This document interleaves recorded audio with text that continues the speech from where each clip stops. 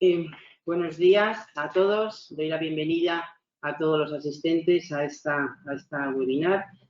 Bueno, no ha podido ser presencial dadas las circunstancias sanitarias, pero bueno, no deja de ser pues un proceso importante de facilitación en el cual agradezco la asistencia a todos los presentes. Como todos saben, el pasado 23 de junio se puso en información, en consulta, el borrador del Plan Hidrológico del Duero para el ciclo 22-27. Tiene 6 meses de consulta, con lo cual estará en consulta hasta el 22 de diciembre del 2021, de este año. Durante este tiempo, en estos 6 meses, el objetivo del organismo es dar la mayor difusión posible al documento para que todos los interesados, todo el público en general, pues pueda aportar todo aquello que mejore en modo de propuestas, sugerencias, observaciones, etcétera, que nos sirvan para mejorar el documento.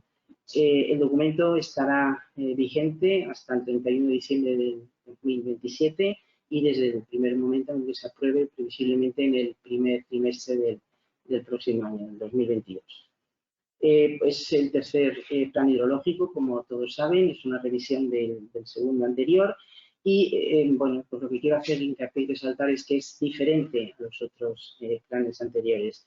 Tiene que ser distinto, evidentemente, porque nos estamos moviendo en un contexto de cambio climático, menos afectaciones, más fenómenos extremos, con una frecuencia y una intensidad diferente y evidentemente esto es importante a la hora de elaborar y de redactar un plan que, como bien luego veremos, pues viene y se ha basado en todo un proceso muy importante de determinación y de ver cuáles eran los temas más importantes para la cuenca.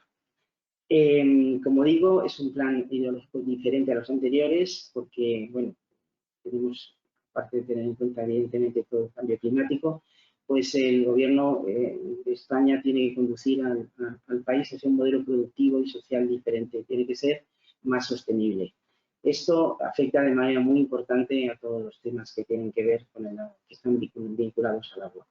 Hay unos aspectos, hay principalmente 6 aspectos que han influido y que nos han servido para impulsar este cambio. En primer lugar, el Pacto Verde Europeo, el Green Deal, bueno, persigue implementar una serie de políticas profundamente transformadoras para lograr un futuro sostenible. Para el agua, estos objetivos pasan por afrontar con decisión el reto del cambio climático, reducir la contaminación, fundamentalmente ir a contaminación cero en sustancias tóxicas, preservar y recuperar los ecosistemas, en nuestro caso los ecosistemas fluviales y la biodiversidad, mejorar la eficiencia en el uso de una energía limpia y en el uso eficiente del recurso y el fomento de una economía limpia, una economía circular. Todo esto tiene una financiación para esta transición a un futuro sostenible y pasa por el paquete de fondos de recuperación, transformación y resiliencia, importante paquete, importante financiación, pero que está condicionado evidentemente a avanzar en este modelo productivo y social que es más ecológico, más sostenible. El programa de medidas que forma parte del plan, incluye el plan, tiene que ser y lo es muy ambicioso porque los objetivos han de ser coherentes con este Pacto Verde Europeo. Otro aspecto a considerar es una estrategia, la Estrategia España Circular 2030. Es una estrategia evidentemente coherente con el Pacto Verde Europeo. Establece una serie de orientaciones y una serie de objetivos para este año, el 2030, que en el ámbito del agua se concretan en mejorar la eficiencia del uso del agua en un 10%. Esto supondrá una mejora, abordar la pérdida de biodiversidad en los ecosistemas acuáticos, en reducir y evitar la contaminación y los impactos asociados al cambio climático que ya he comentado. Otro aspecto importante que hemos tenido que tener en cuenta y que el plan ha tenido que tener en cuenta es el Plan Nacional de Depuración, Saneamiento, Eficiencia, Ahorro y Reutilización, el denominado Plan DESEA. Ha sido publicado el otro día, el 17 de julio, y fue aprobado también el 14 de julio. Bueno, pues el propósito de este plan es revisar cómo ha intervenido todas las estrategias de intervención pública que hemos llevado a cabo hasta ahora las distintas administraciones, referidas especialmente a las actuaciones de saneamiento, depuración y reutilización vinculadas al ciclo urbano del agua. es obvio que ha habido un importante retraso en la implementación de estas medidas y ha habido que evaluar qué es lo que está pasando y, evidentemente, incidir en todos los que esto nos supone en el retraso de las implantaciones, en el objetivo, en el cumplimiento y alcanzar los objetivos medioambientales. Esto, además, ha supuesto, nos tiene que, de hecho, influir en la definición del plan, porque además España está inmersa en una serie de procedimientos de infracción por el incumplimiento del derecho comunitario. Otro aspecto, este aspecto, como digo, es importante, recientemente publicado, y esto nos lleva a que ha influido y nos ha influido en el incumplimiento o en el alcanzar los objetivos de la Directiva Marco en el 2027. Aquí hay un punto de inflexión, un punto muy importante con respecto a los otros ciclos de planificación. Hasta ahora, el objetivo medioambiental de alcanzar el buen estado en las masas de agua superficiales, subterráneas y en las zonas, en los espacios protegidos y vinculados, pues ha sido un objetivo ambicioso, un objetivo a llegar a alcanzar en el final de los distintos planes, pero que en algunos casos había excepcionalidades en cuanto a costes desproporcionados o en cuanto a limitaciones, a dificultades técnicas. Bueno, pues ahora esto ya no es así. Ahora hay que alcanzar, al final del ciclo, al final del año 2027, pues hay que llegar a cumplir con los objetivos medioambientales de las masas de agua y en las zonas protegidas. Para ello, se deben haber adoptado todas las medidas por parte de todas las autoridades competentes, pues para llegar a esta fecha límite del final de 2027. Este límite temporal es una diferencia realmente muy importante en comparación con los otros planes. Y esto ha supuesto que el Ministerio pues, se ha implicado y ha subrayado este compromiso con el nivel de ambición que nos obliga la Directiva Marco del Agua, tanto en los objetivos cuantitativos, concretos, como en el plazo para alcanzarlos. Y todo ello nos ha llevado a una repercusión, una definición de un programa de medidas muy importante, supera los 2.700 millones de euros hasta el 2027. Esto es realmente diferente y es muy superior a los otros planes anteriores. También hay otro aspecto que tenemos que considerar y que hemos tenido que considerar, que ha sido la nueva ley del cambio climático y la transición energética, aprobada en junio pasado. Aborda de una manera definitiva la lucha contra el cambio climático y, singularmente y especialmente en el ámbito del agua, encarga literalmente a la planificación el objetivo de conseguir la seguridad hídrica para las personas, para la protección de la biodiversidad y para las actividades socioeconómicas, reduciendo la exposición a este fenómeno e incrementando la resiliencia. Es evidente que este principio nos ha supuesto que en el plan, en el borrador del plan, una política preventiva, un principio de cautela en relación con las nuevas demandas ante escenarios de cambio climático. Y por fin, y como último, hemos tenido en cuenta, evidentemente, las recomendaciones que nos hizo la Comisión Europea en su informe de evaluación, del quinto informe de evaluación de los planes del plan anterior, y evidentemente hemos tenido en cuenta todo aquello que las recomendaciones que se nos ha dicho por parte de la Comisión. Todo esto hemos tenido que hacerlo para reforzar, evidentemente, este plan de tercer ciclo. Ya por último, pues decir que es, como he dicho antes, intención del organismo pues hacer una serie de reuniones, una serie de actos para llegar a trabajar conjuntamente en definir definitivamente el plan. Y habrá, en principio, actos también de presentación como este. Ojalá pudieran ser, que como es nuestra intención, presenciales. De hecho, si la situación sanitaria nos lo permite, ya anuncio que el 1 de septiembre en Valladolid habrá una presentación más detallada de todo el plan, porque nuestro deseo es explicarlo y tener en cuenta todas las aportaciones que se nos hagan llegar.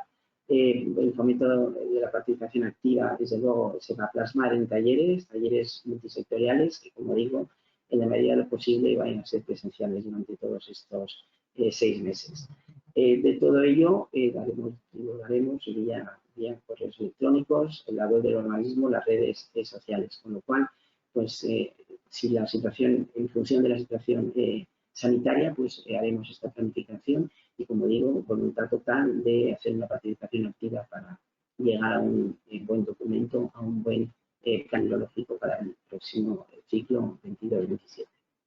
Y ahora vamos a hacer una pequeña, voy a dar paso al jefe de la Oficina de Planificación Hidrológica para que nos haga un resumen de todo lo que supone los contenidos en cuanto al plan, que como digo son fruto de una exhaustiva trabajo que se hizo del esquema de temas importantes. Ángel, cuando quieras.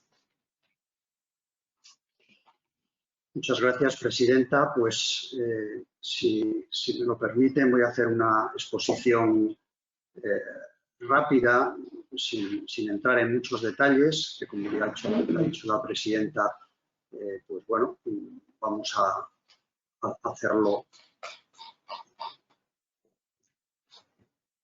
¿Necesitas el este? Perfecto. Vamos a cambiar un momentito. Ahora. Pantalla.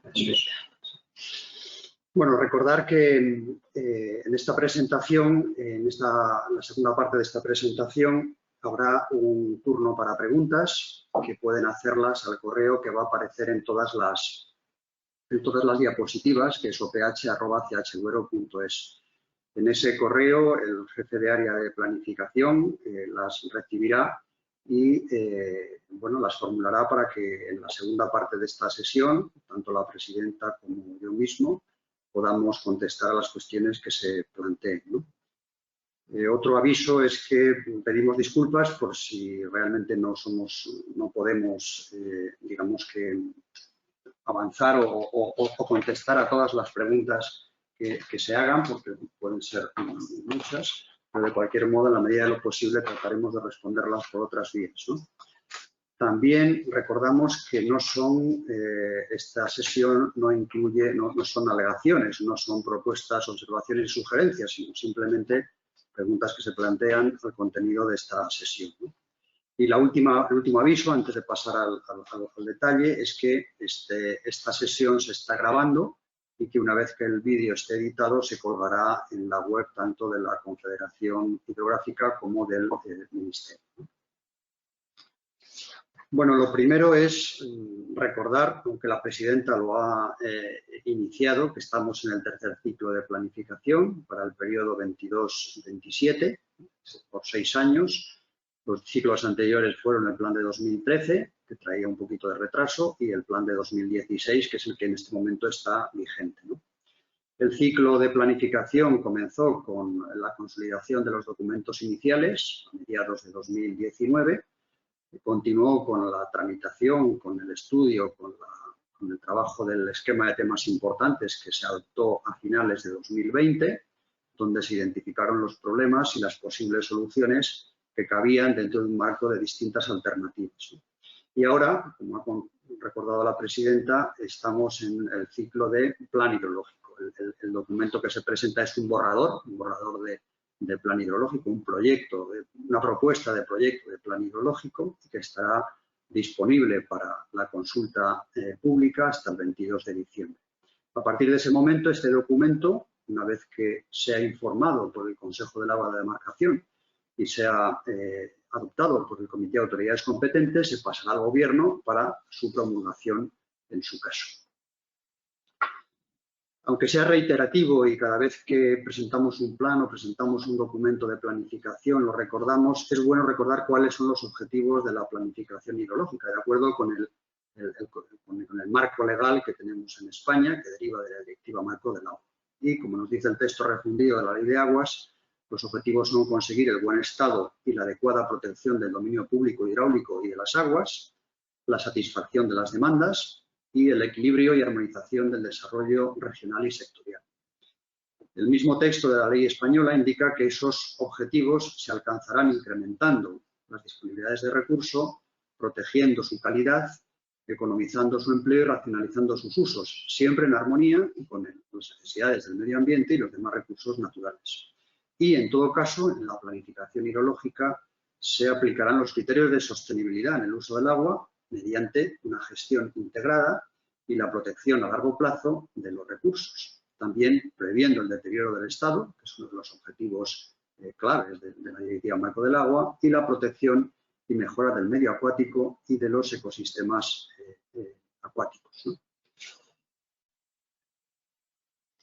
La presidenta ha comentado que este plan es distinto a los anteriores, precisamente por esos 6 elementos que lo hacen un poco distinto, ¿no? Por un lado, bueno, no voy a reiterarlos, los tienen en la pantalla, pero que de alguna manera es lo que justifica que alguno pueda encontrar en estos planes pues un sesgo distinto o un enfoque distinto al que tenían los planes anteriores. ¿Cuál es la estructura del plan hidrológico? Es un documento complejo, es un documento amplio, como conocen por los anteriores ciclos, y este no lo es menos, pese a que se ha hecho un esfuerzo de simplificación. Pues el contenido está formado por 3 documentos, podríamos decir, claves, ¿no? El primero es la memoria, que es un documento que contiene pues los temas que el artículo 42 del texto refundido de la Ley de Aguas establece. Consta de 15 capítulos y va acompañado de 15 anejos, ¿no? Hemos tratado de que la memoria fuera un documento más manejable y al final ha salido un documento de unas 230, 240 páginas que, bueno, pues ha supuesto un esfuerzo de simplificación importante, de manera que se extiende luego en cada uno de sus anejos, ¿no? El segundo documento es la normativa que es un texto articulado de 45 artículos y lleva 15 apéndices, y por tener una naturaleza jurídica, esta parte del plan es la que se publica en el Boletín Oficial del Estado, si bien todo el plan hidrológico, digamos, tiene carácter preceptivo. Y el tercer documento es el estudio ambiental estratégico, que junto con el borrador del plan se somete a la consulta pública, y que será lo que conlleve una declaración ambiental estratégica, que el órgano ambiental, en este caso la Dirección General de Calidad y Evaluación Ambiental del Ministerio para la Transición Ecológica y el Reto Demográfico, será quien lo publique. Las determinaciones que esta evaluación ambiental estratégica establezca deben incorporarse en el documento definitivo, en el plan definitivo que el Gobierno, en su caso, apruebe. Y finalmente se incluye un resumen, unas 20 páginas, donde se pretende dar pues, unas pinceladas para cualquier persona pues, que no está habituada a trabajar en estas cuestiones, pues que se haga una idea bastante adecuada de lo que hay.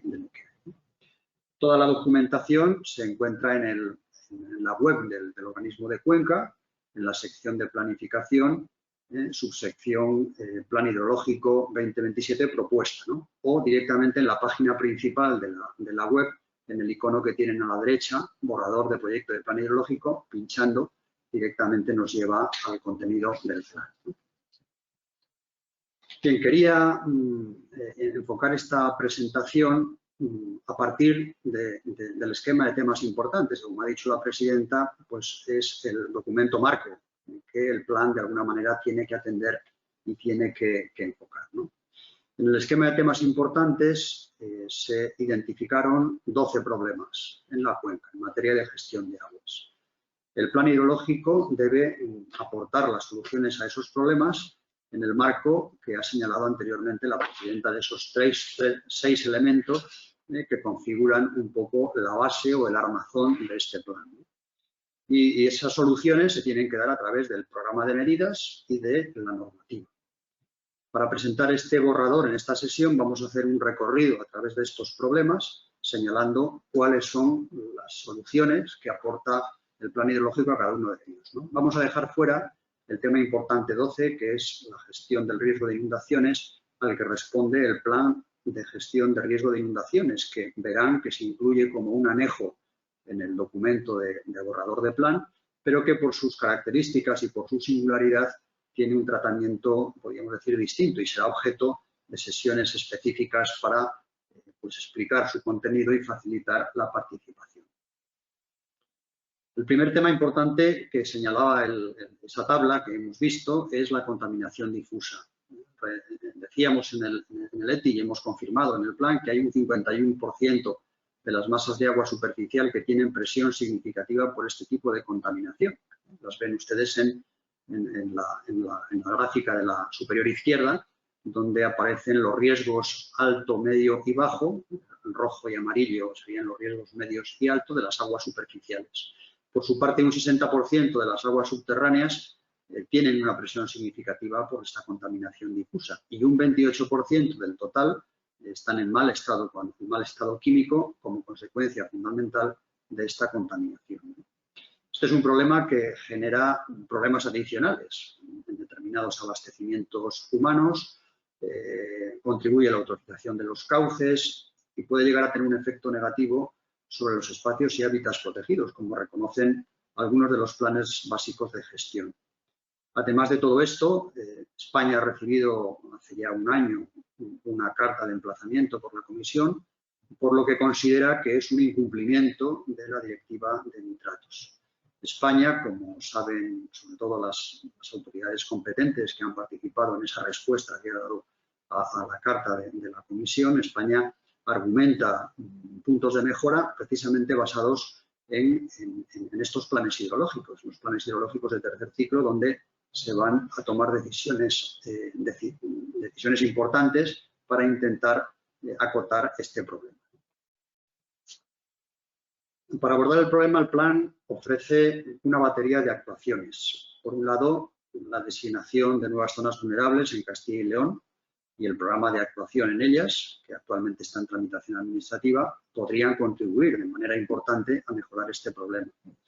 Por otra parte, la normativa del plan incluye medidas para reducir los excedentes en dos líneas. Por un lado, en la línea de la gestión y por otro lado en la línea de la compensación. En la línea de la gestión se establecen una orientación de límites de excedentes de nutrientes por término municipal, compatible con esa senda de reducción de la contaminación difusa. En el mapa que tienen en la imagen ven en distintos colores cuál sería la reducción de excedentes, ese porcentaje de reducción de excedentes en función de cómo se ha identificado la contaminación difusa. Evidentemente, esto son una serie de orientaciones que se ponen a disposición de las autoridades competentes y en general del público para tener una idea más o menos próxima de cuál podía ser el modo de enfocar este problema en nuestra cuenca, ¿no? Decíamos una parte normativa y una parte de compensación.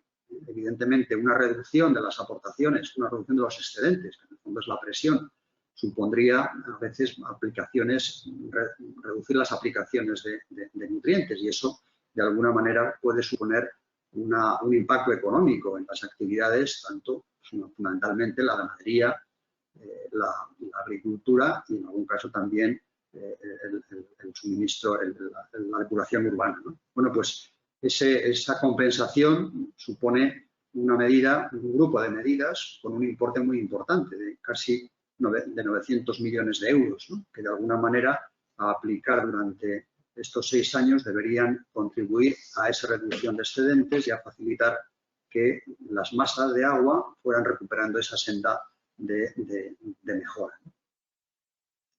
En el ámbito de la gestión se plantean también limitaciones a nuevas actividades que puedan suponer un incremento en la aportación de nutrientes en las masas de agua. Esta es una medida transversal que realmente será aplicada con decisión por la Confederación, sobre todo en los procedimientos sobre los que tiene competencias y que de alguna manera se ofrece como posibilidad al resto de autoridades competentes con competencias en esta materia en el ámbito de su trabajo, por si esto les puede servir, les puede ayudar a fomentar esta reducción de la contaminación. También de tipo normativo son las limitaciones a aplicar nutrientes en las zonas protegidas, especialmente en las zonas de captación de agua para consumo humano. Unas bastante alegaciones en el esquema de temas importantes señalando este problema, que a veces la aplicación de nutrientes o de residuos de tipo ganadero en zonas de captación pues suponía un impacto importante sobre los suministros urbanos. Y finalmente, en el ámbito de la difusión, se insiste en medidas para esa difusión del Código de Buenas Prácticas Agrarias, que realmente pues, está vigente desde hace ya unos cuantos años, pero quizá pues, no está penetrando suficientemente en las actividades de las distintas actividades económicas que tienen que ver con esta cuestión, ¿no? Por otra parte, las actividades de asesoramiento, tanto de explotaciones ganaderas como de explotaciones agrarias, como de actividades relacionadas con el uso de agua urbana, pues también es otra de las medidas que se propone el plan para acotar y para atajar este problema. En cuanto a la explotación sostenible de las aguas subterráneas, que es otro de los problemas que se ha identificado, el plan designa 4 masas de agua en mal estado cuantitativo, que son las mismas que aparecían en el plan vigente, fundamentalmente en la zona central del Duero. Las tienen en el mapita que aparece en la parte izquierda superior de su pantalla. Son las masas de agua que antes llamábamos Tierra del Vino, Medina del Campo, Los Arenales y Tordesillas, y que ahora han cambiado relativamente un poco sus nombres, ¿no? Tordesillas Toro, Los Arenales Tierra de Pinares, Los Arenales Tierra de Medina y Moraña y Los Arenales Tierra del Vino. Y se han designado 18 masas de agua en mal estado químico, que son 3 más que en el plan vigente. Las tienen ustedes en el mapita de la parte derecha de su pantalla. El nuevo plan ha mejorado la caracterización del estado cuantitativo y el estado químico a partir de la aplicación de la guía publicada por el Ministerio en 2020, que incluye 5 test para el estado químico y 4 test para el estado cuantitativo. Si se fijan en las tablas que tenemos en la parte baja, en la parte derecha estarían las 18 masas de agua con mal estado químico. Aparecen 3 masas de agua, que son Villadiego, que es una Aranda de Duero, y que son el Terciario de Trítigo bajo los páramos, que no aparecían en el anterior plan en mal estado químico. Y sin embargo, con la aplicación del test de los valores umbral, que es el test número 1, pues entrarían en esta situación. Esto, realmente lo que nos permite es una mejora y una mejor caracterización que luego nos permitirá abordar los problemas que nos encontramos, ¿no? Esos valores umbrales, que son los causantes de la entrada de estas 3 nuevas masas de agua, pues tienen un anejo específico en el anejo 8.1, que realmente pues es muy exhaustivo y muy explicativo de cómo se calculan esos valores umbrales a partir de los resultados de toda la red de cada una de las masas de agua. ¿Cómo podemos resolver? Pues en este ámbito se aborda el problema a través de diversos tipos de medidas, ¿no? En primer lugar, la sustitución de bombeos, que básicamente afecta a la masa subterránea, los arenales Tierra del Vino y los arenales Tierra de Medina y Moraña, a través de esa nueva zona regable de la Armuña. En este momento está una parte en ejecución y quedaría pendiente otra parte importante pues por desarrollar, ¿no? Y que de alguna manera en este plan tiene alguna anualidad incluida, ¿no? Esto permitirá una mejora de la primera y parcialmente de la segunda. No se impulsará la sustitución de bombeos que se abordaba en el EPI para la masa de agua en los arenales Tierra de Pinares, al descartarse la presa de Lastras de Cuéllar, por lo que para esta masa de agua únicamente las medidas de gestión serán las que se apliquen de cara a mejorar su estado. Además, se plantean medidas de tipo normativo para el otorgamiento de derechos con la limitación de nuevas concesiones en masas en mal estado cuantitativo.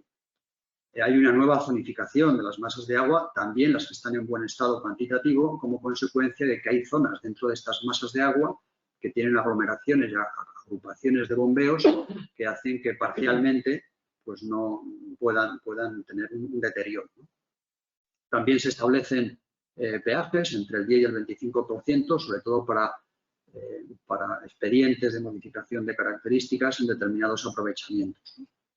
En el ámbito de la gestión se propone la revisión concesional, la limitación de las novaciones en masas de agua en mal estado cuantitativo y el establecimiento de planes anuales de extracción pues, que sirvan para acotar los descensos acumulados que pueden ser temporales. De acuerdo con los indicadores de aguas subterráneas del Plan Especial de Sequías, pues que permitan una gestión, podríamos decir, flexible o dinámica de las masas de agua.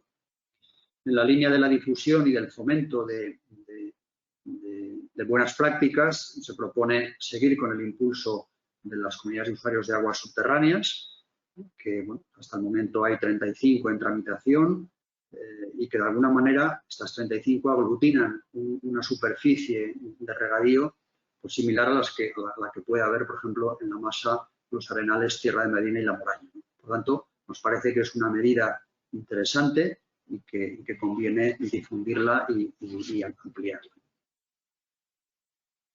El tema de la contaminación urbana e industrial tiene relevancia y de hecho pues hay 144 masas de agua con riesgo alto de contaminación orgánica, que suponen un 20% del total.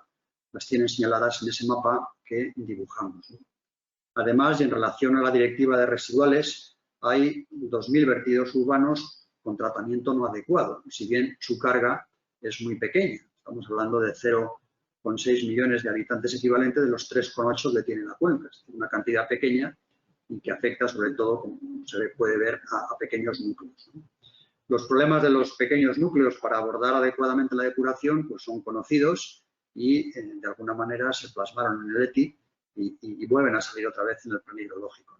Por otra parte, hay 28 aglomeraciones urbanas de más de 2.000 habitantes equivalente que están en el punto de mira de la Comisión y que a través de esos informes bianuales que se van haciendo, pues hacen un seguimiento de si hay mejoras claras o no se avanza en las mejoras. Y en principio son aglomeraciones que disponen de sistemas de depuración adecuados y que por algún motivo, por diversos motivos, pues no están funcionando como se esperaba. Para abordar este problema, el plan incluye 288 medidas de saneamiento y depuración, con una inversión de 300 millones de euros, lo cual es una cantidad importante.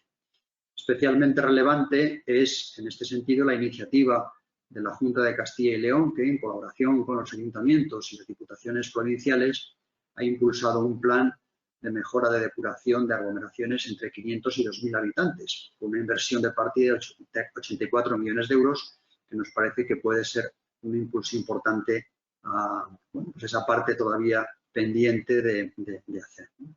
También el Estado abordará 28 actuaciones de depuradoras de entidad que han sido declaradas de interés general y que todavía no están ejecutadas por un importe de 72 millones de euros. El paquete de medidas se completa con actuaciones de tratamientos más exigentes en 11 aglomeraciones urbanas que están ubicadas en zona sensible, designadas en la última declaración de hace 2 años, que son zonas o son aglomeraciones que, pese a disponer de estación de depuración, pues deben de mejorar su tratamiento terciario. Y luego pues hay otras medidas de gestión y seguimiento precisamente de esos expedientes que están bajo el seguimiento específico de la Comisión Europea, ¿no? Que son más de gestión y podríamos decir también de presión normativa, ¿no? En el ETI se indicó que el problema de las alteraciones hidromorfológicas era uno de los responsables del deterioro de las masas de agua y de los espacios protegidos vinculados al agua, ¿no? La cuenca dispone de 2.800 obstáculos infranqueables y más de 2.700 kilómetros de ríos encauzados, lo cual es una muestra de la presión que existe en la cuenca por estas cuestiones, ¿no? En la imagen que tienen en la pantalla se han identificado pues, un 22% de las masas de agua superficial en riesgo alto. Son 156 por alteración morfológica lateral, debido a canalizaciones, motas, escolleras, etcétera, ¿no? En la que aparece en este momento, que se refiere al mapa de riesgos de las presiones por obstáculos transversales, como presas, azudes, vados, pasos entubados, etcétera, hay un 25% de masas con riesgo alto, ¿no?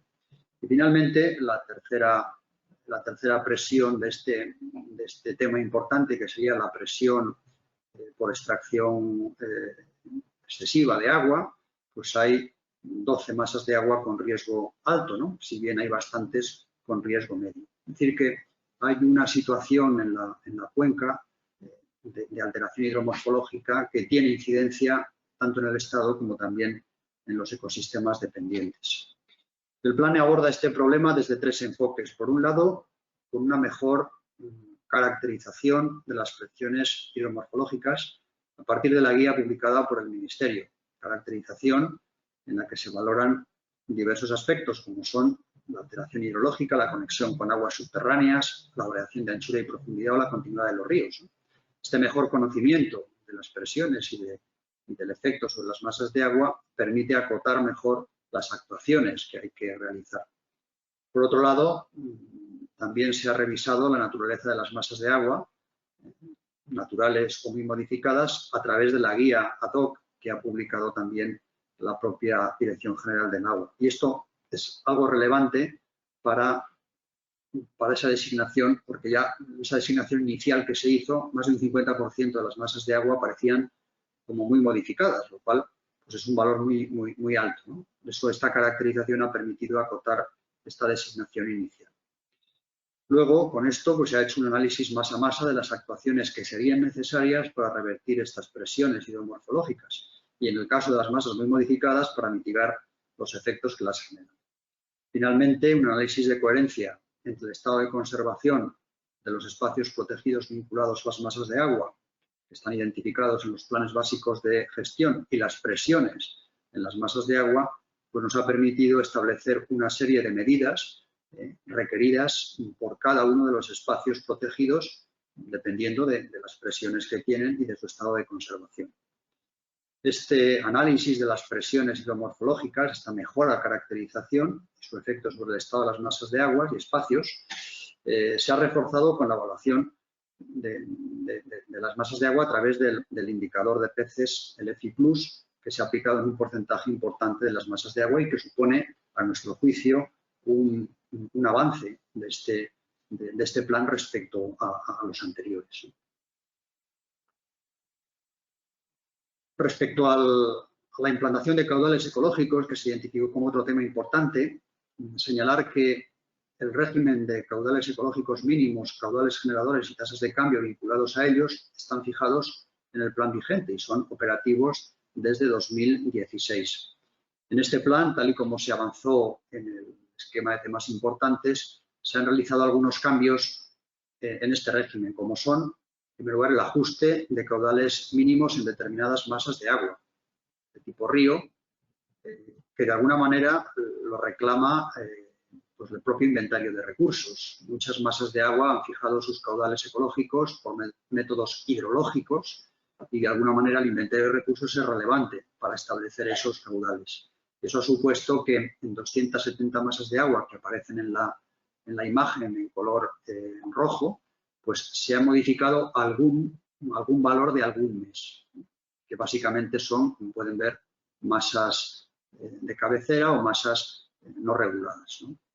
Otra de los cambios que lleva el plan respecto al plan vigente es la designación de nuevas masas no permanentes y, en consecuencia, una revisión de los caudales en épocas de cese de caudal, básicamente en las épocas de estiaje. Eso ha supuesto también pues esas 60 nuevas masas no permanentes pues hayan visto revisado su caudal ecológico mínimo.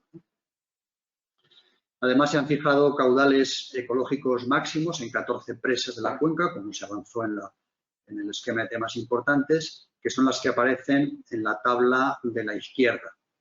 Son unos valores que permiten mejorar levemente el régimen hidrológico de las masas de agua y esperamos que las especies protegidas y las especies vinculadas a esas masas de agua, aguas abajo de presas, y de alguna manera permiten mantener los usos existentes.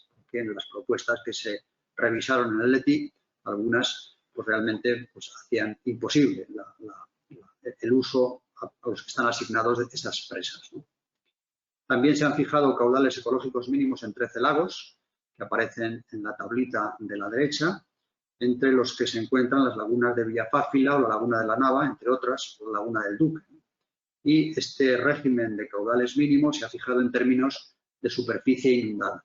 Este es un avance que ha hecho el plan respecto al anterior a través de un estudio pues, exhaustivo de los caudales históricos y de las superficies inundadas históricas de estos lagos. Finalmente, se mantienen los caudales generadores del plan vigente, no hay cambios, con excepción de la presa de Linares del Arroyo, donde se propone un régimen que en términos cuantitativos no cambia, pero sí en la temporalidad, en cómo se aportan esos caudales generadores, porque de lo que se trata es de armonizar las necesidades de las especies piscícolas del espacio protegido y los usos vinculados al embalse, ¿no? En la normativa también hay cambios importantes, sobre todo en lo que tiene que ver con los criterios de cumplimiento de los caudales ecológicos. Esto deriva de la sentencia del Tribunal Supremo que anuló el artículo 49 quinquis 2 del Reglamento de Dominio Público y que de alguna manera establece que los caudales ecológicos se fijan y ese es el valor establecido. Por eso esa parte en la normativa se ha modificado. Respecto a la sostenibilidad del regadío, el criterio general que se ha seguido en el plan ha sido el de tratar de garantizar el uso en los escenarios actuales y futuros, tal y como la presidenta ha recordado en su presentación, especialmente por los efectos que sobre este uso, al ser el más voluminoso de toda la cuenca, puede tener los efectos del cambio climático.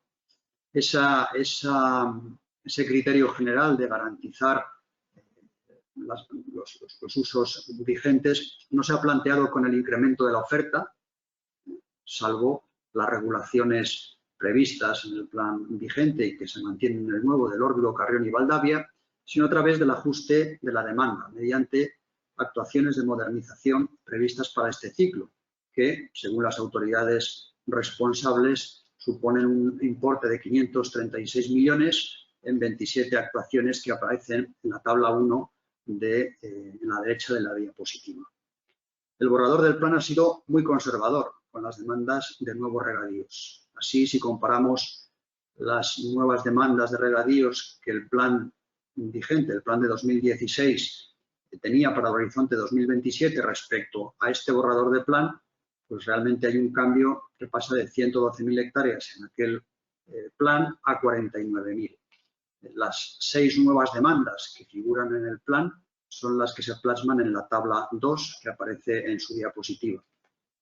Las que figuraban en el plan anterior y que no han sido incluidas en este, pues han sido descartadas, bien por lo que estamos diciendo de falta de garantía en escenarios a largo plazo, o bien porque no hay unos planes específicos de las administraciones competentes para ponerlos en marcha en este ciclo de planificación.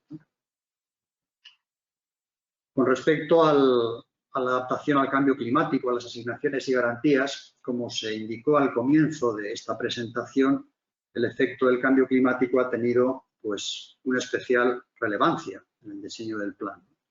Ha sido especialmente valorado dentro de la incertidumbre que esta cuestión puede aportar, sobre todo en el ámbito de la garantía de uso y de evitar el deterioro del estado de las masas de agua. Respecto a este segundo aspecto, el deterioro de las masas de agua y cómo el cambio climático puede afectar al estado de las masas de agua, se tendrá que seguir estudiando. El borrador del plan aporta unas líneas de lo que puede suponer la reducción de cambio climático que el plan ha considerado en el estado de las masas de agua superficiales, sobre todo a partir de los cambios de la temperatura del agua. Es un análisis muy preliminar y que de alguna manera pues se va a seguir avanzando y de hecho pues hay una medida específica para mejorar este estudio. Además de estas medidas de mejora de conocimiento y de estudio de análisis de riesgo y vulnerabilidad frente al cambio climático, como nos pide la Ley de Cambio Climático y Transición Energético, el efecto del cambio climático se ha plasmado de manera, podríamos decir, muy práctica en las reservas que el plan establece para el horizonte 2016.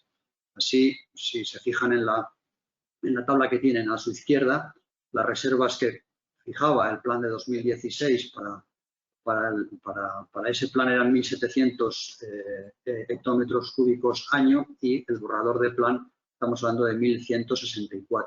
En estas reservas están incluidas todas las zonas regables del Estado que no disponen de concesión, pero que vienen regando desde tiempo inmemorial por determinaciones administrativas, y luego nuevos usos que puedan darse en determinadas zonas de la cuenca. Al seguir un criterio restrictivo respecto a nuevas demandas, muchas de las zonas que de alguna manera, sobre todo regadíos particulares, se podían ir incluyendo en determinados sistemas, pues no han tenido cabida al no dar la cobertura de suficiente garantía en ese escenario de cambio climático.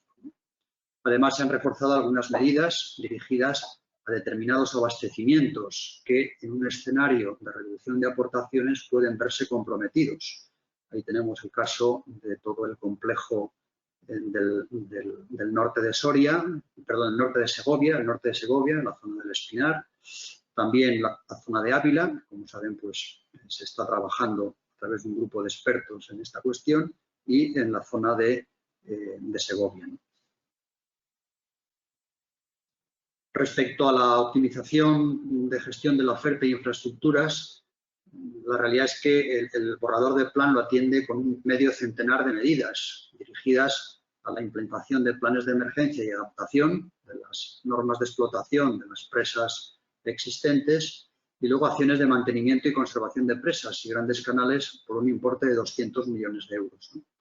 Además, incluyen estudios dirigidos a mitigar los efectos producidos por la modificación de las masas de agua que suponen las presas en relación con la aportación del caudal sólido y también la mejora de las condiciones de la calidad del agua del desembalse. El elenco de medidas para este tema importante se completa con medidas de mejora de la monitorización de parámetros de las infraestructuras y mejora de telemedida y telecontrol. Con respecto a la recuperación de costes, poco aporta el borrador de plan a los problemas identificados en la ficha 9, ya que es una cuestión que debe resolverse a un nivel de decisión más general y de rango normativo, para lo que los planes hidrológicos no están habilitados. El plan sí recalcula los costes de los servicios de agua con la nueva información disponible respecto al último cálculo que se hizo en los documentos iniciales en 2019. El coste total de los servicios del agua en la demarcación asciende a unos 1.000 millones de euros al año, a precios de 2018, y unos ingresos estimados en 670 millones de euros, lo que ofrece una recuperación de costes del 55% y, si únicamente se tienen en cuenta los costes financieros, del 83%. Esta diferencia entre costes financieros y costes totales estaría en los costes ambientales, ¿no? La recuperación por usos pues oscila entre valores del 70% para el uso industrial y valores de 42 o 55% para los usos urbanos o agrarios, ¿no? La reciente sentencia del Tribunal Supremo sobre el canon hidroeléctrico, sobre usos de aguas continentales, no se ha tenido en cuenta en este análisis que se ha realizado antes de su publicación, de la publicación de la sentencia, por lo que los valores que ven en las tablas para el uso hidroeléctrico probablemente cambien respecto al analizado y no serán tan elevados como aparece en este análisis. Lógicamente, el documento final del plan deberá tener en cuenta pues, esta nueva circunstancia y recalcular de alguna manera estos costes, ¿no? El plan también incluye un análisis de sensibilidad de lo que supondría la recuperación de costes del 100% para cada uno de los usos. Y la conclusión, que la tienen a modo resumido en la tablita de la izquierda de su pantalla, es que esta recuperación del 100% de los costes tendría un fuerte impacto en el sector del abastecimiento urbano y del regadío y, sin embargo, sí que podría ser asumible por los usos industriales, que de alguna manera sería asumible por su actividad y por su capacidad de generación de producto. Con respecto a la ordenación y control del DPH y la agilidad de los procedimientos administrativos, el plan no indica la grave dificultad en la que se encuentra el organismo de Cuenca para atender los requisitos que la ley le marca, fundamentalmente por la falta de reposición de recursos humanos, que es el verdadero cuello de botella de este tema importante, junto a algunos aspectos legales. En similar dificultad se encuentran el resto de administraciones competentes, por lo que parece que es un mal endémico de las administraciones que debe resolverse con imaginación y con esfuerzo. No obstante, esta situación, que es real, se trata de suplir con recursos externos, que en el caso del Plan del Duero pues suponen más de 155 millones de euros para el ciclo 22-27, para reforzar esa mejora de los procedimientos, esa agilidad de los procedimientos, esa mayor rapidez a la hora de la comunicación y la resolución de las cuestiones de los ciudadanos, ¿no? Respecto a las plantaciones de cultivos arbóreos, el DPH, un tema muy debatido en el esquema de temas importantes, se mantiene la prohibición general de plantar en DPH, si bien con excepciones, en determinados cauces donde el DPH tiene una extensión muy grande y donde la Confederación ha identificado la llamada anchura mínima del espacio ribereño, que ha hecho hasta el momento en el río Carrión y que supone que en una franja adicional al cauce activo pues se mantendrá la prohibición que no afectará para estos casos a todo el dominio público hidráulico. Esta delimitación estará disponible para cualquier ciudadano en la web del organismo de Cuenca. El organismo continuará con las actividades de mejora de las condiciones hidrológicas de los cauces, esos programas que anualmente va haciendo. Hay 32 millones de euros para este ciclo de planificación y se mantendrá también esa declaración responsable para actuaciones menores en los cauces que pueden llevar a cabo los propios ciudadanos. Con respecto a la coordinación interadministrativa y la participación pública, que el ETI identificaba como un problema sobre todo de gestión, el plan propone un plan de participación más intenso, en la línea del desarrollado en el ETI, un mayor esfuerzo por transmitir los contenidos de los planes y un mayor protagonismo a los órganos colegiados de gobierno, de cooperación y de planificación. En este sentido, nos parece que el plan establecido para la participación y el dar a conocer los planes en este ciclo de borrador de plan, pues debe ser una muestra. Y esa muestra pues aparece, como ven ustedes en la pantalla, con dos jornadas, digamos, de presentación, además de la jornada que tenemos hoy, dos jornadas de presentación que trataremos, como ha dicho la presidenta, de que sean presenciales y a la vez transmitidas pues en directo o en streaming, que sería en Valladolid el día 1 de septiembre y una jornada de conclusiones el 4 de noviembre de 2021, pues todavía a definir, ¿no? Luego queremos organizar unas webinars similar a la que estamos celebrando hoy, con 5 sesiones, un poco para explicar con más detalle algunos aspectos del plan hidrológico, ¿no? Así, en la primera semana de septiembre habría una sobre objetivos ambientales y presiones y estado de las masas de agua, de alguna manera nos podía servir. Una segunda, en la segunda semana de septiembre, otra específica sobre zonas protegidas y una tercera sobre caudales ecológicos e inventario de recursos. Y en la tercera semana de septiembre, una sobre demandas de asignaciones y reservas y otra sobre normativa. Serían sesiones muy específicas de estas cuestiones para explicar dónde se encuentra la documentación en los planes y cómo se ha elaborado cada una de estas partes, ¿no? Además de esto, tendremos unos talleres de participación activa que pretendemos que sean presenciales, con un esquema muy similar al que se ha tenido en el esquema de temas importantes y que se celebrarán pues, en lugares donde no tuvimos los del ETI, que serían Segovia, Palencia, Salamanca y Benavente. Son reuniones multisectoriales en las que se tratará de abordar los aspectos relacionados con estas cuestiones que se plasman aquí, ¿no? Y finalmente la participación terminará con 2 talleres de concertación de caudales ecológicos. Todas las masas de agua que han sufrido alguna modificación, lógicamente, tienen que pasar por un proceso de concertación. Se prevén 2 semanas, una en septiembre y otra en octubre, que de alguna manera tendrán que ser también presenciales y multisectoriales. Bien, de todo esto, como resumen, señalar que bueno, tenemos un programa de medidas, como ha dicho la presidenta, de 2.743 millones de euros. Es un importe muy importante. Tiene un peso importante en la gestión del dominio público, sobre todo por ese importe que suponen las medidas dirigidas a reducir la contaminación difusa, que supone un 35% del cómputo total. Las infraestructuras de regadío, sobre todo de modernización, suponen un 19% del total de la inversión. Y finalmente, las actuaciones de depuración y saneamiento, que suponen un 11%. Aunque la restauración y conservación del DPH lleva un 7% del importe total, son importes pues, que se extienden a muchas masas de agua, que realmente muchas de las actuaciones tienen pequeño coste, pero suponen un gran efecto sobre las masas de agua, ¿no?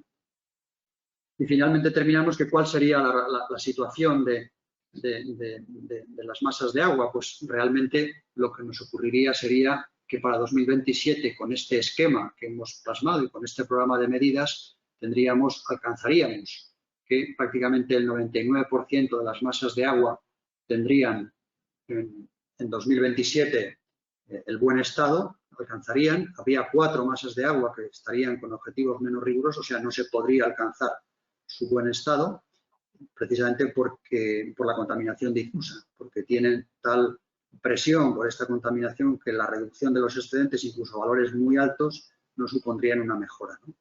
Por lo que supone las masas de agua subterránea, pues también 4 masas de agua, por cuestiones cuantitativas, no alcanzarían el buen estado para las que se proponen objetivos menos rigurosos, ¿no?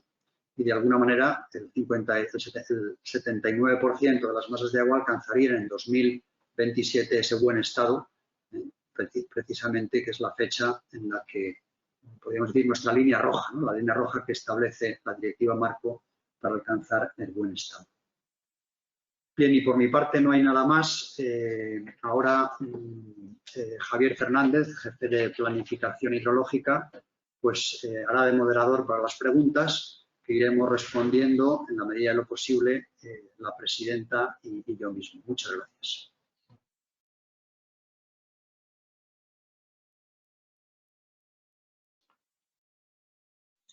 Pues buenos días, gracias presidenta, gracias a la oficina. Bueno, así a modo de resumen, tenemos una media de asistentes de en torno a 150, que dado que es una de las últimas confederaciones que estamos haciendo esta presentación de los planes, entendemos que, bueno, que no está mal, ¿no? Que la asistencia es suficiente. Las preguntas que han llegado hasta ahora no son demasiadas, pero está picando el correo, con lo cual entiendo que la gente también se ha animado a última hora para hacerlo. Recordar, en el caso de que no diera tiempo a responder a todas las preguntas o que las estuviéramos leyendo de una manera un tanto sesgada y no se recogiera la inquietud completa de la persona que realizó la pregunta, que en cualquier caso todas las observaciones propuestas al plan se deben y les proponemos que las hagan por escrito, bien por los cauces oficiales o bien por correo electrónico, para que sean contestadas adecuadamente como se merecen, ¿no? Vale, y si les parece empezamos ya por las primeras preguntas.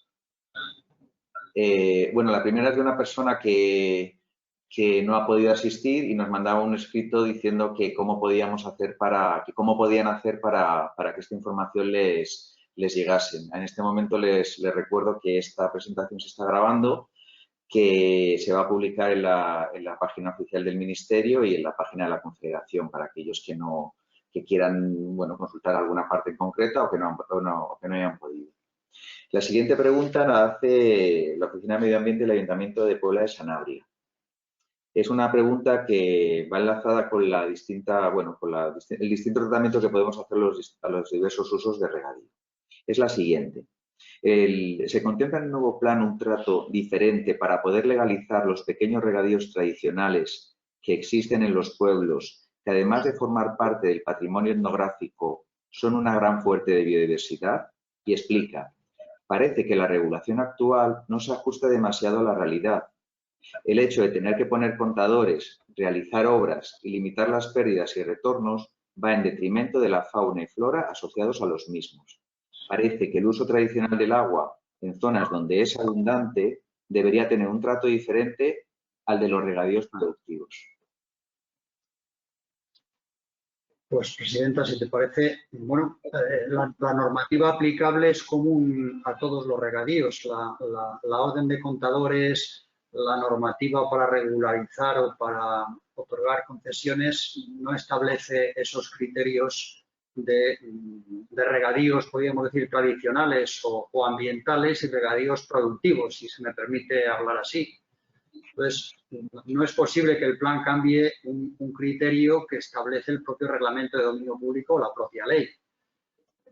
La regularización de los regadíos tradicionales de toda la vida pues tiene un procedimiento ordinario y común para todos. Yo no estoy de acuerdo en parte con lo que comenta la pregunta de que la instalación de contadores y la regularización de los aprovechamientos pueda ir en detrimento del medio ambiente. Creo que no tiene esa incidencia y de alguna manera lo que estamos viendo en muchos regadíos tradicionales que sí que han puesto esos módulos de control y han regularizado su situación es que el medio ambiente no se ve afectado, ¿no? Al menos en general. Habría que ver en cada caso específico, pero no podemos decir otra cosa que esto. La siguiente pregunta la realiza Cerduero y es una aclaración. No entendemos los datos de reducción de asignaciones que se ha presentado en la ficha número 7. ¿Se podría explicar mejor? Por ejemplo, en Barrios de Luna aparece una reducción de 236 a 124 hectómetros cúbicos, pero en general las reducciones son importantes en todos los sistemas de explotación. Bueno, lo que aparece en esa gráfica son las reservas, no son las asignaciones. Son las reservas. Entonces, en esas reservas que aparecen en la gráfica, de alguna manera lo que se plasma es lo que la normativa señala. Las reservas se pueden reducir por varios motivos. El primer motivo es porque la reserva que había en el plan anterior ha sido objeto de una concesión. Por tanto, esa reserva se anula en el registro de agua porque pasa a ser concesión. Y junto a eso, hay otras zonas que de alguna manera tenían reservas porque se esperaba poner en marcha en este ciclo y que como no ha sido así, de alguna manera pues se ha anulado, porque los criterios que hemos dicho ahora de cambio climático y demás, pues lo hacen como no viable, ¿no? Sí que ha ocurrido que muchas de las actuaciones o muchas de las zonas regables que ven reducidas sus reservas, lo ven reducido porque van a iniciar actividades de modernización. Y, por tanto, si hay una modernización, hay que ajustar la asignación de esa zona regable. Entonces, si hay una medida de modernización y no hay una concesión vigente para esa zona regable, evidentemente la reserva va a ser menor, porque como consecuencia de la modernización su demanda debe reducirse. Ese es el sentido, pero no son asignaciones, son reservas. La siguiente es de un particular, realiza 3 preguntas. Voy a leer las 2 primeras y luego leemos la tercera para que no sea demasiado para los ponentes. La presidenta ha dicho que en este plan se va a conseguir definitivamente alcanzar el buen estado ecológico de todas las masas de agua en 2027. ¿Creen realmente que va a ser así cuando en 20 años no se han venido consiguiendo los objetivos propuestos en este sentido? La segunda, respecto a caudales ecológicos, dice, la implantación que figuraba en el EPTI era inadecuada e insuficiente respecto a los caudales ecológicos, ya que quedaban relegados a un valor retórico. Ninguna de las medidas sobre implantación de caudales ecológicos tenía fecha ni presupuesto. La Confederación Hidrográfica del Duero dedicaba casi toda su atención a la ficha de caudales ecológicos a mostrar una simulación cuyo objetivo era determinar si ampliando los caudales máximos había agua suficiente para los regadíos. De forma que el esfuerzo se centraba en garantizar las demandas y en comprobar cómo ello afecta a los caudales máximos. La pregunta es, ¿se van a aplicar realmente las 5 sentencias del Tribunal Supremo en este sentido, que interpretan cuál es el alcance de la obligación de establecer regímenes de caudales ecológicos en los planes hidrológicos?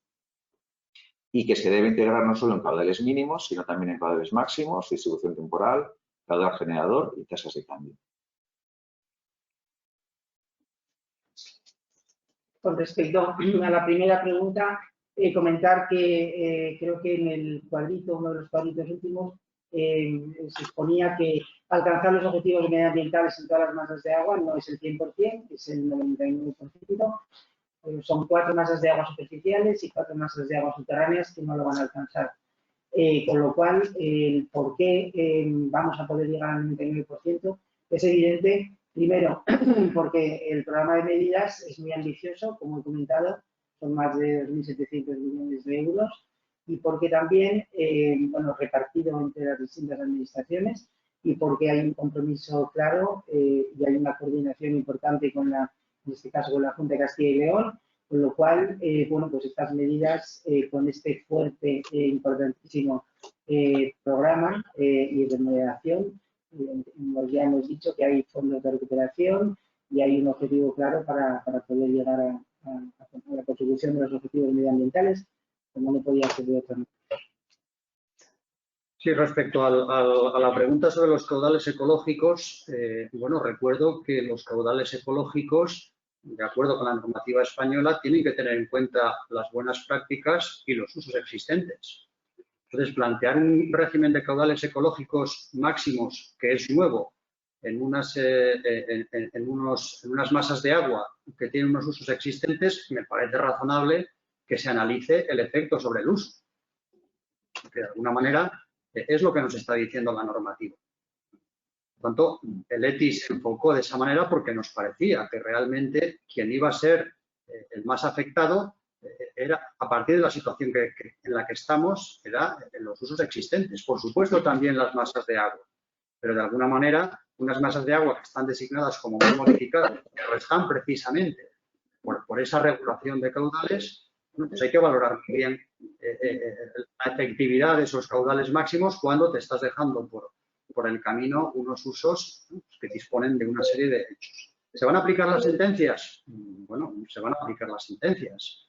Las sentencias del Tribunal Supremo pues están para aplicarse y así lo vamos a hacer. Y así se ha hecho hasta el momento. La realidad es que, al menos en el Plan del Duero, hay un régimen de caudales ecológicos mínimos y de caudales generadores que se están aplicando desde el plan anterior. Ahora vienen unos caudales máximos que, insistimos, son una aproximación a los caudales máximos, por lo que he dicho antes, pues también se van a aplicar, evidentemente. Entonces, no hay ningún interés por parte del organismo de no aplicar las sentencias que emanan del Tribunal Supremo. Muy bien.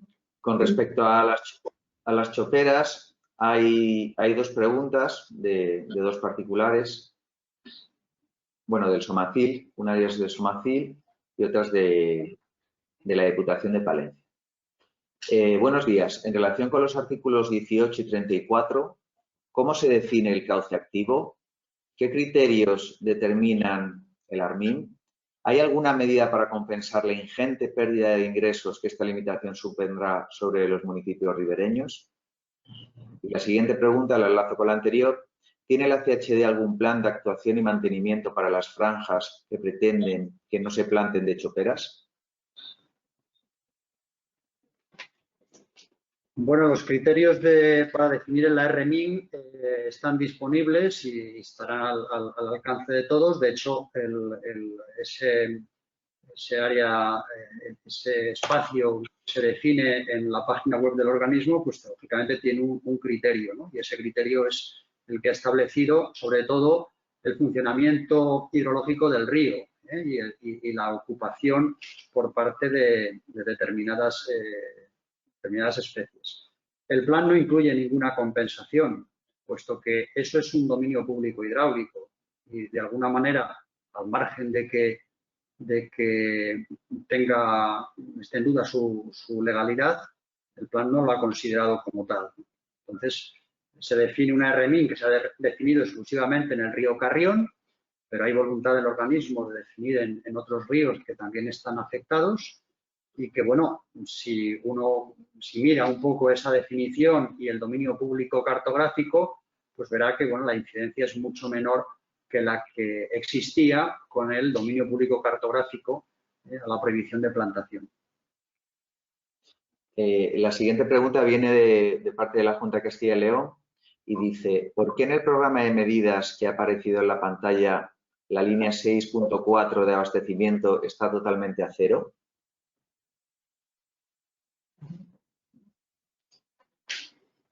Pues puede ser un error, porque realmente hay medidas de abastecimiento. Infraestructuras de abastecimiento sí que existen. Entonces, puede ser un error de la tabla, pero, o un error del documento. No lo sé. Vamos a ver un minuto.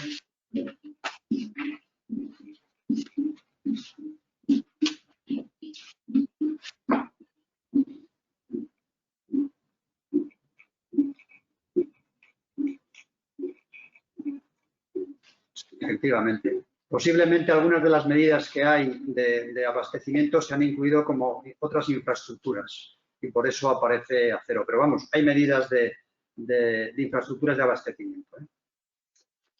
Perfecto. Sobre la modernización de regadíos, nos dicen un particular, la experiencia nos demuestra que no ha servido para economizar el agua allí donde se ha llevado a cabo, ya que el agua ahorrada se ha utilizado para aumentar la superficie de regadío.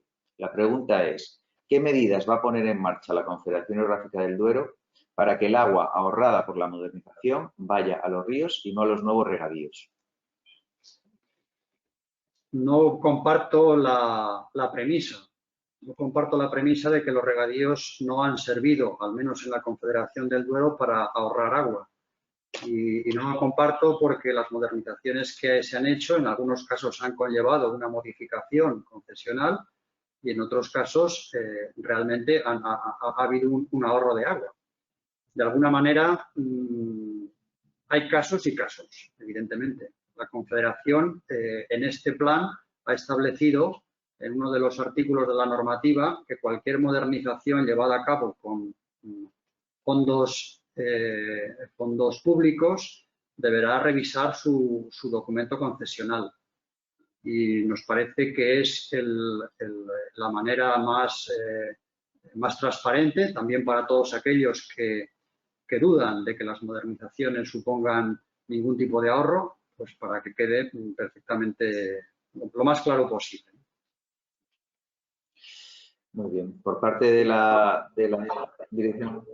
Sí, por parte de la Dirección General de Desarrollo Rural de la Junta de Castilla y León, preguntan, si se aprueban estos planes hidrológicos como se han presentado hoy aquí, ¿no les parece que se está coartando el desarrollo rural de zonas donde el agua es un bien fundamental para su desarrollo y la fijación de la población, que en planes anteriores estaban contempladas y las que la Administración regional ya está trabajando desde hace tiempo? Bueno, realmente el plan lo que ha incluido son las medidas de nuevos regadíos. Entiendo que se refieren a las medidas de nuevos regadíos que tienen aval administrativo y que cumplen con esos requisitos de garantía a medio y largo plazo. Nosotros pensamos que un desarrollo rural que se apoye en un regadío que no esté garantizado no es una buena solución. Entonces, bueno, pues, no podemos decir otra cosa. Los regadíos que aparecen como nuevos regadíos, todos tienen su aval administrativo, todos cumplen sus criterios y están ahí. Y los que se han caído, en muchos casos se han caído por falta de garantía y por falta también de una decisión clara por parte de la administración competente de impulsarlos, ¿no? Al menos en estos 6 años. Sí, abundando un poco en lo que dice el jefe de la oficina, realmente lo que pretende el plan es asegurar el agua a los regadíos existentes y a los regadíos que están previstos con ya una planificación por parte de la autoridad competente en regadíos. Evidentemente, si no cumplen criterios de garantía a medio plazo, estamos haciendo un flaco favor a los regadíos existentes, que se encontrarán en un momento adecuado con una escasez evidente. Es lo que el plan intenta, digamos, va a proteger a lo existente y lo nuevo que tenga una garantía de que va a poder ser abastecido. Un particular nos pregunta, ¿por qué se reduce el volumen autorizado de manera sistemática al modificar derechos de aguas subterráneas en zonas no autorizadas cuando un sondeo de sustitución de la toma de un PR o un PC ya supone modificación del derecho por pase a concesión?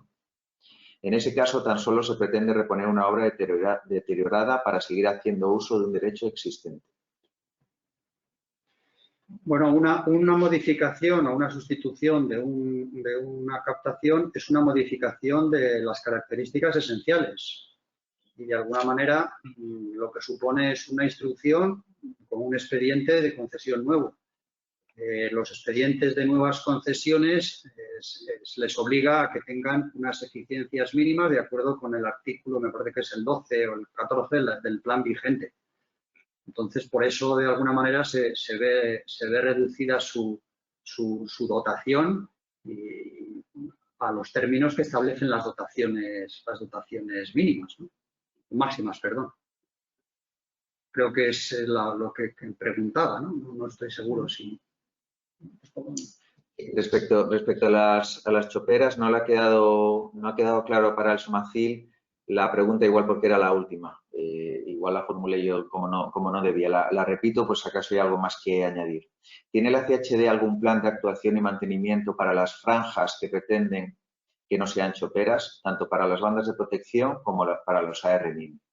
¿Tienen dotación presupuestaria para su mantenimiento?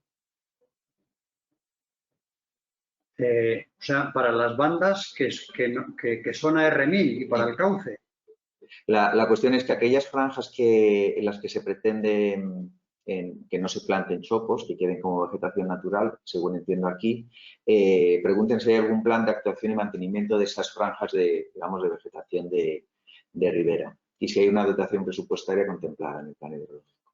Bueno, hay una serie de medidas de restauración de las masas de agua que incluye esto. O sea, hay algo así como 270 medidas relacionadas con la restauración de masas de agua, algunas que tienen que ver con los obstáculos transversales, otros con obstáculos longitudinales, y en todas ellas aparecen actuaciones de restauración vegetal y de vegetación de ribera. El importe es el que hemos comentado, en torno a 200 millones de euros, y está establecido masa a masa, claro. Pregunta WWF en relación a la implantación y cumplimiento del régimen de caudales ecológicos lo siguiente. ¿Tiene previsto la CHD completar a lo largo de este ciclo la definición del resto de componentes del régimen de caudales ambientales, especialmente la tasa de cambio máximo y la estimación del régimen de caudales sólidos para todas las masas de agua de la demarcación? ¿Podrían dar información de cómo se van a coordinar los caudales ecológicos propuestos por el borrador del plan con el cumplimiento de los objetivos ambientales de las masas de agua de Portugal? ¿Qué medidas de coordinación en este sentido se van a llevar a cabo durante este ciclo de planificación? Bueno, hay unas medidas incluidas en el plan hidrológico que ya lo estaban en el anterior, que es hacer el seguimiento adaptativo de los caudales ecológicos, tanto de los caudales mínimos como los caudales máximos, como las tasas de cambio, como los caudales generadores. De alguna manera, ese trabajo de implantación adaptativa o de adaptación de los valores que tenemos son los que nos permiten ir cambiando de un plan a otro en la medida de lo posible. Ahora hemos incluido una serie de modificaciones o de retoques en los caudales mínimos como consecuencia del inventario de recursos. Hemos incluido los caudales máximos como consecuencia también de una mejora del conocimiento de las masas de aguas abajo de las presas. Es una actividad continua. De incorporación del resto de componentes, nosotros entendemos que con esta propuesta que se hace de caudales ecológicos tenemos las condiciones para poder ver la eficacia de los caudales ecológicos. ¿Se van a implantar con Portugal? Pues, con Portugal tenemos una permanente comunicación y con Portugal, pues, ellos son conocedores. Creo que están participando en esta webinar algunas personas de la Agencia de Protección de Ambiente portuguesa, donde mantenemos una fluidez y mantenemos una relación adecuada. Respecto al caudal sólido, sí que aparecen una serie de medidas dirigidas precisamente a ver cómo abordar esa cuestión, porque realmente en el caudal sólido, hoy por hoy, pues sobre todo en las grandes presas, pues hay una dificultad para aportarlo. Bueno, estudios específicos se han incluido como medida a ver cómo se puede ir aportando el caudal sólido en esas infraestructuras, ¿no? Hay también un par de preguntas sobre macrogranjas. Una la hace un particular que indica, con tanta proliferación de macrogranjas en Castilla y León, ¿cómo afectará a las aguas subterráneas? Y enlazado con esto, la Asociación Pura por un Uso Responsable del Agua sobre las aguas subterráneas indica: no parece razonable autorizar usos potencialmente contaminantes, en concreto macrogranjas, en zonas no contaminadas, pues terminarán estando tan contaminadas como las del centro de la cuenca. ¿Se contempla la posibilidad de no autorizar suministro de agua a actividades consideradas altamente contaminantes en zonas con aguas subterráneas en buen estado? En la normativa del plan hay un artículo en el que se aborda esta cuestión, en el que se señala las limitaciones a nuevos usos de agua de actividades que puedan ser potencialmente contaminantes de las masas de agua, para lo cual es necesario tener caracterizada la masa de agua y saber el impacto que tiene sobre esa nueva actividad sobre el agua. De cualquier modo, la autorización de las granjas no es una cuestión que cae en las competencias del organismo de cuenca. Al organismo de cuenca se le solicita el agua para el abastecimiento o, en el caso de que hubiera un vertido, se le solicitaría una autorización de vertido. Ese es el marco de su competencia. Hay una serie de procedimientos de evaluación ambiental en el cual todas estas cuestiones que plantea la pregunta deben abordarse y que de alguna manera entendemos que es el marco adecuado para abordarlas y verlo en conjunto. Esas instalaciones que se vean en conjunto, no solo el suministro de agua, sino también la contaminación, la supuesta contaminación de las aguas, del aire, de los suelos, etc. Nos parece que ese es el marco adecuado para fijar la autorización o no autorización de una instalación de cualquier tipo, pero especialmente estas que tienen esta incidencia. Perfecto. WWF pregunta también, en relación sobre la ordenación y control del dominio público hidráulico, lo siguiente: ¿se mantienen en el programa de actuación en cauces las denominadas limpiezas de cauces, a pesar de su efecto negativo sobre la conservación del estado del dominio público hidráulico? ¿Podrían dar información más detallada sobre las medidas previstas para mejorar y hacer más sostenible el uso de las aguas subterráneas de la demarcación? En particular, ¿qué medidas están previstas para mejorar el control y afrontar el problema del uso ilegal de las aguas subterráneas en la demarcación? Es una doble pregunta, una versada sobre las limpiezas de cauce y otra sobre el control de los consumos en las aguas subterráneas. Las limpiezas de cauce es un término que se utiliza para simplificar. Realmente las actuaciones en cauces no son solo limpiezas. Evidentemente, quitar un tapón de una infraestructura o quitar acumulación de maleza en determinados sitios donde puede haber un riesgo para la población por inundación, pues efectivamente es una limpieza, pues retirar residuos, ¿no? Decíamos antes que hay una partida presupuestaria de 32 millones de euros para actuaciones de mejora de las condiciones hidrológicas. Y las condiciones hidrológicas de los cauces tienen que ver con retirada de azudes, tiene que ver con eliminación de motas, tiene que ver con permeabilización de azudes, tiene que ver con quitar restos de arrastres de los ríos. Son actuaciones amplias. Esos 32 millones, digamos que son adicionales a todas esas medidas de restauración fluvial de la que se hablaba en la diapositiva de las alteraciones hidromorfológicas, ¿no? Por tanto, se mantienen actuaciones de mejora de las condiciones hidrológicas, entre las que se dan, en algunos casos, pues limpiezas puntuales, pero no limpieza que significa dejar el río como un canal. A veces, cuando uno habla de limpieza, piensa en esto, ¿no? Limpieza es, pues eso, la retirada de todo aquello que obstaculiza el paso del agua y que es material muerto, material que no tiene ningún interés hidrológico ni ambiental. Respecto al uso ilegal de las masas subterráneas, pues el organismo trabajará como lo está haciendo hasta ahora, procurando hacer un programa de vigilancia lo más intenso posible en la medida de sus recursos y procurando, sobre todo, difundir y explicar que el uso del agua tiene que estar bajo aval como consecuencia de los problemas, especialmente en las masas de agua en mal estado cuantitativo. Por tanto, no hay una medida específica para el uso ilegal, pero sí está incluido dentro de las medidas de mejora de la vigilancia y de la gestión del DPH.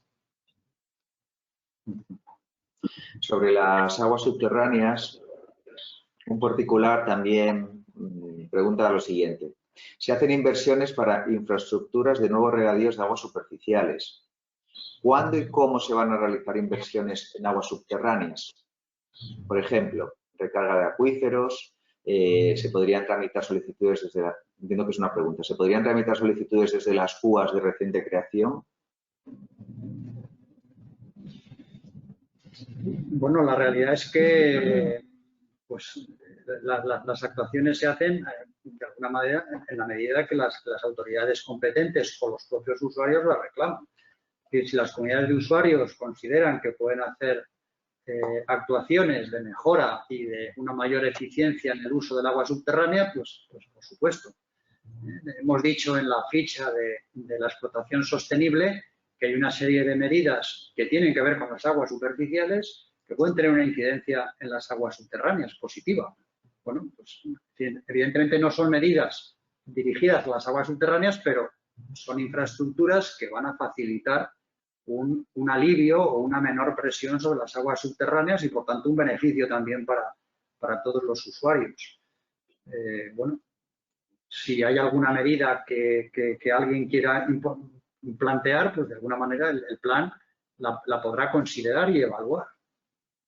De hecho, en la Armuña sí que hay sustitución de bombeos, donde se puede por aguas superficiales, se hace y el plan lo contempla. WWF pregunta también, con relación a la mejora de coordinación entre las administraciones, ¿qué medidas contempla la Confederación Hidrográfica del Duero para asegurar el buen funcionamiento del Comité de Autoridades Competentes, dada su importancia para asegurar el cumplimiento de los objetivos ambientales en los próximos años? Pues las medidas que contempla son pocas realmente. El Comité de Autoridades Competentes está formado por miembros, cada uno de una administración, que son competentes a su vez en materias relacionadas con el agua. Es evidente que en el Comité de Autoridades Competentes los enfoques y los planteamientos pues no son exactamente los mismos. De alguna manera, la tarea de la Confederación y la tarea del resto de autoridades es poder discutir y poder hablar de las cuestiones para poder mejorar, pero fuera de ese contacto, digamos, directo y de ese contacto ordinario, pues no hay mucho más. En el ETI se establecía la posibilidad de pues, que las autoridades competentes establecieran por su parte digamos, un compromiso a nivel legislativo de asumir las medidas que cada plan hidrológico les asigna. Eso no ha sido posible. No ha sido posible por las dificultades que se tienen en cada uno de los órganos competentes, ¿no? Bueno, hasta ahí hemos podido llegar, ¿no? La Asociación Pura por un uso sostenible del agua pregunta ¿cómo el responsable de la calidad de las aguas subterráneas va a controlar la gestión de los purines de las granjas de ganadería intensiva al margen de las competencias autonómicas en materia de agricultura? Hace también una referencia a la sentencia del Tribunal de Justicia Europeo sobre Doñana y pregunta si el plan hidrológico, el nuestro, va a adaptarse a esta sentencia en relación con los valores de Red Natura 2000. Lo hemos comentado en la presentación que efectivamente en el plan se ha tenido en cuenta ese estado de conservación de Red Natura 2000 para incluir medidas adicionales donde realmente hacían falta. Cuando un espacio o un hábitat de Red Natura tiene un estado de conservación malo y eso es consecuencia de un estado de las aguas pues, que no es adecuado, lógicamente el plan incluye medidas para mejorar ese aspecto. Entonces, bueno, pues ese es un poco el marco, ¿no? Y luego la primera parte no la he entendido muy bien. O sea, si realmente el órgano de Cuenca tiene que controlar los... No lo he entendido bien la primera parte. La leo literal. Bueno, bueno, literal es un poco difícil. Entiendo yo que la pregunta va dirigida a cómo la Confederación Hidrográfica del Duero, en el marco de la calidad de las aguas subterráneas, va a controlar la gestión de los purines de las granjas de ganadería intensiva, al margen de las competencias del control que haga la Administración autonómica. No, es que no tiene esa competencia. La competencia del organismo de Cuenca es el de las redes. Si una aplicación de purines al suelo no es un vertido, pues no entra dentro de las competencias del organismo. Las redes, de alguna manera, son las que van a dar cuenta de un vertido adecuado o inadecuado. Y, por tanto, el organismo de Cuenca, en su gestión de las redes, podrá establecer e identificar si las presiones van creciendo o no van creciendo. Pero no tiene el organismo de Cuenca que controlar una autorización que no ha emitido. La emisión de una autorización para aplicación de purines en el suelo la otorga otra administración. Y simplemente esa contaminación quedará plasmada en las redes del organismo, de la que dará cuenta, lógicamente, a la administración que corresponda. Las dos últimas preguntas que hemos recibido están relacionadas con la regulación lateral del río Órbigo. Una de ellas la hace un particular, otra la hace Ferduero.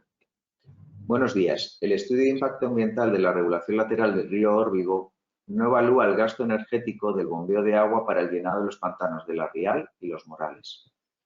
Ya se ha evaluado este gasto energético y se sabe cuánto pagarán los regantes anualmente por este gasto de bombeo. La siguiente pregunta indica, ¿a qué se debe el cambio de modelo de anteproyecto de las balsas del Órbigo?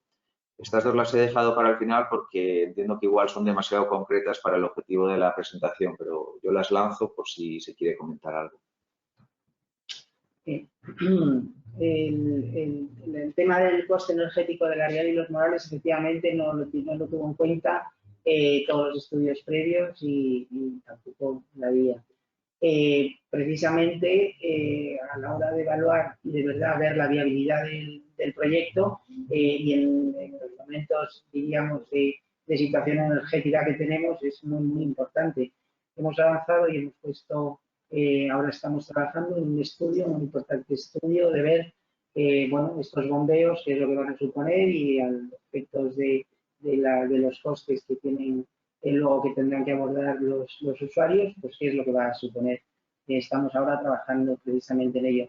Por otro lado, bueno, el proyecto efectivamente tiene su vía favorable y sigue su curso, teniendo en cuenta, como digo, este aspecto muy importante que hay que añadir al estudio de viabilidad que ya se hizo y ya se acabó en su momento. Pero en cuanto acabemos con este estudio, pues la viabilidad la elevaremos al Ministerio para que tome la decisión que considere oportuna. Eso era uno. Y el otro, El anteproyecto, porque se ha modificado. ¿El anteproyecto? ¿Cuál es la pregunta de Ferduero? Perdona, Javier. Sí, un segundo. ¿Proyecto modificado? Sí, un segundo. Bueno, la busco ahora. Meto otra pregunta que estaba justo ahora trabajando con ella y ahora la busco y la vuelvo a formular. Preguntan de COAG Castilla y León si se contempla algún tipo novedoso de actuación para reforzar posibles controles sobre actuaciones de otras administraciones en aquellos espacios en los que las entidades locales también tienen competencia. A modo de ejemplo, dicen, se han conocido denuncias públicas sobre supuestas talas indiscriminadas como la efectuada por el Ayuntamiento de Palencia sobre los árboles de la ribera del Carrión en el Parque Isla Dos Aguas hace unos meses. ¿Hay algo previsto en este sentido? Bueno, realmente eso es una cuestión de gestión. No hay nada previsto fuera de lo ordinario. Las talas de de las talas de árboles en el dominio público o las talas de árboles en la zona de policía, si fuera este caso, pasan por una autorización específica del organismo. Entonces, bueno, fuera de esa autorización y la consecuente vigilancia, lógicamente. Además de la autorización, luego el servicio de vigilancia es el que revisa este aspecto, ¿no? Entonces, no sé exactamente si es esto lo que pregunta o hay otro matiz que a lo mejor no sabemos, ¿no? Sí.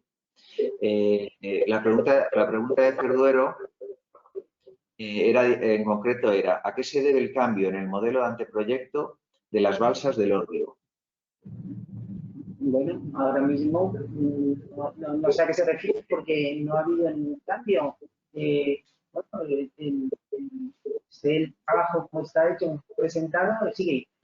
La única que me he apuntado antes es que vamos a explorar y vamos a ahondar en el coste energético. Lo demás no ha habido cambios. De hecho, sigue su curso. Lo siguiente será ya la realización de los proyectos y si se nos dice que la viabilidad es así y ya está. Es que no entiendo, no ha habido ningún cambio. Aclaran la pregunta por correo indicando que se refieren al cambio del bombeo por el llenado por gravedad. De nuevo, es una pregunta muy concreta, ¿eh? Si se considera, lo podemos... Ese es uno de los temas que se están estudiando, efectivamente, para aliviar el coste energético, pues sí, sustituir el bombeo. En eso estamos, pero no ha habido ningún cambio. Se está trabajando en ello, porque entendemos un proyecto antiguo, un proyecto que no tuvo en cuenta en absoluto el coste energético. Eso es un tema realmente hoy por hoy trascendente e importantísimo. Perfecto. El Grupo Político del Partido Popular de la Diputación de Burgos hace una pregunta sobre la presa de Castrovida. La presa de Castrovida ha sido recientemente inaugurada. Las depuradoras de la cabecera de la Arlanza no están construidas y creo que al día de la fecha ni contratadas.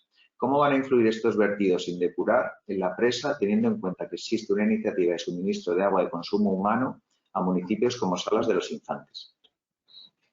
Bueno, esto no es diríamos, no forma parte de lo que estamos tratando. Pero bueno, para su tranquilidad, decirle que están ahora mismo todas las depuradoras están en marcha en distintos fases de licitación, en distintas fases de la evaluación ambiental, que es en lo que están ahora, pero bueno, siguen su curso y van adelante. Hombre, es cierto que quizá hay un decalaje entre lo que se podía haber llevado a cabo, pero bueno, los procedimientos administrativos son estos y lo importante es que estas depuradoras forman parte de las medidas compensatorias y van adelante. Perfecto, pues en principio no hay más preguntas. Muy bien, pues muchas gracias a todos por su presencia y por su participación y como hemos dicho, pues en septiembre, el mismo 1 de septiembre, ya continuaremos con este proceso de poner en conocimiento y de tener preguntas y respuestas a todo lo que es el borrador del plan. Y como digo, el objetivo es del organismo Cuenca que haya la máxima participación posible para llegar a un buen documento, a un buen plan hidrológico para el siguiente ciclo.